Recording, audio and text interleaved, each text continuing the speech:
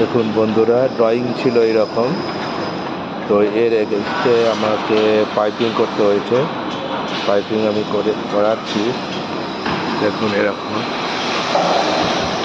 দেখাচ্ছি আপনাদের পাইপিং করা।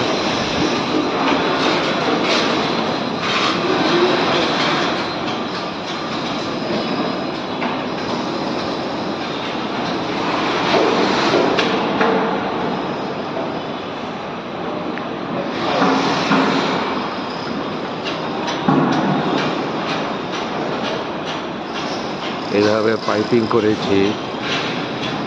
যদিও কন্ডুট লেআউটে আছে কিভাবে পাইপিং করতে হয়, কিন্তু ওনাদের পাইপ ছিল প্রচণ্ডভাবে জয়েনিং, সব এক দোষের সঙ্গে এক জংশনের সঙ্গে আরেক জংশনে জয়েন করা ছিল।